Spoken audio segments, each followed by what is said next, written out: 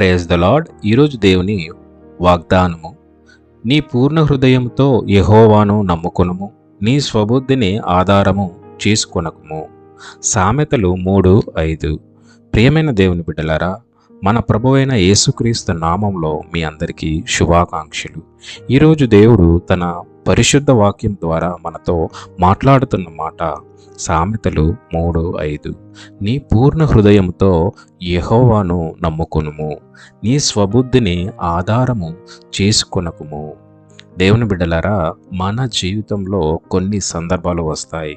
ఆ సమయంలో ఏమి చేయాలో అర్థం కాదు, ఏ నిర్ణయం తీసుకోవాలో తెలియదు, ఎటు వెళ్ళాలో తెలియదు, ఎంత ప్రార్థించినా సమాధానం కనిపించదు. అలాంటి సమయంలో మనిషి చేసే మొదటి పని ఏమిటి?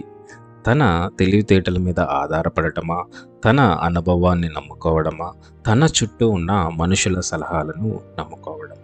కానీ ఈరోజు దేవుడు చెబుతున్నాడు, బిడ్డ, నీ బుద్ధిని కాదు, నన్ను నమ్ము.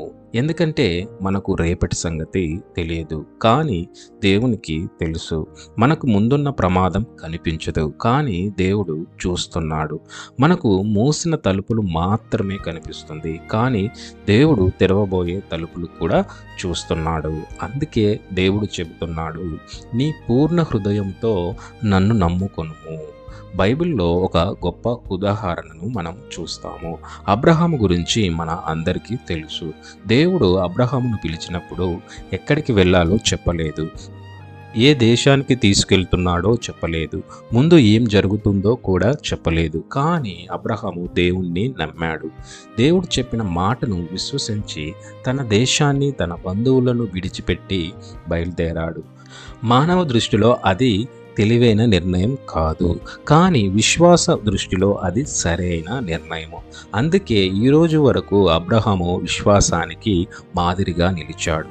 మరోవైపు బైబిల్లో చాలామంది తన స్వబుద్ధిని నమ్మి నష్టపోయిన వారిని కూడా చూస్తాము.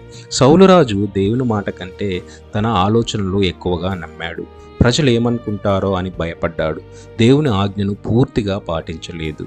దాని ఫలితంగా దేవుని అనుగ్రహాన్ని కోల్పోయాడు. ప్రియమైన వారలారా, ఈరోజు మన జీవితంలో కూడా ఏదైనా సమస్య ఉండవచ్చు. ఉద్యోగ సమస్య కావచ్చు, ఆర్థిక ఇబ్బంది కావచ్చు, కుటుంబంలో కలహాలు కావచ్చు, అనారోగ్యం కావచ్చు. మీరు ఆలోచిస్తూ ఉండవచ్చు, ఇప్పుడు నేను ఏమి చేయాలి అని. ఈరోజు దేవుడు మీతో మాట్లాడుతున్నాడు, బిడ్డ, భయపడకు. నీ ఆలోచనల కంటే నా ప్రణాళిక గొప్పది. నీకు కనిపించని మార్గాన్ని నేను సిద్ధం చేయుచున్నాను, నన్ను విశ్వసించు.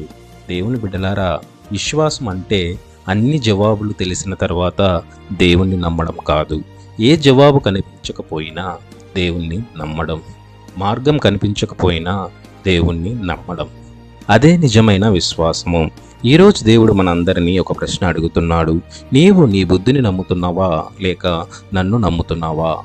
మన జీవితంలో ఎన్నోసార్లు మన ప్రణాళికలు విఫలమవుతాయి, కానీ దేవుని ప్రణాళిక ఎప్పుడూ విఫలం కాదు. అందుకే ఈ రోజు నుండి మనం దేవుని చేతిలో మన జీవితాన్ని అప్పగిద్దాం. ఆయన నడిపించే మార్గంలో నడుద్దాం. ఆయన చిత్తాన్ని వెతుకుదాం. ఆయన స్వరాన్ని విందాం. అప్పుడు దేవుడు మన జీవితాలను ఆశీర్వాదకరంగా మార్చుతాడు. ప్రార్థన. ప్రేమగల పరలోకపు తండ్రి, ఈరోజు నీ వాక్యం ద్వారా మాతో మాట్లాడినందుకు నీకు వందనాలు. ప్రభా, చాలాసార్లు మేము మా బుద్ధిని, మా శక్తిని, మా ప్రణాళికలను నమ్ముకుంటున్నాము. మమ్మల్ని క్షమించు తండ్రి. నీ మీద సంపూర్ణ విశ్వాసం ఉంచే హృదయాన్ని మాకు దయచేయము. మా జీవితాల్లో ఉన్న ప్రతి సమస్యను, ప్రతి భారాన్ని నీ చేతిలో ఉంచుతున్నాము తండ్రి. మాకు మార్గదర్శకుడు అయి నడిపించుము. మేము ఎల్లప్పుడూ నిన్నే నమ్మి జీవించే కృపను దయచేయము. మా ప్రభువైన యేసుక్రీస్తు నామములో ప్రార్థించుచున్నాము తండ్రి. ఆమేన్.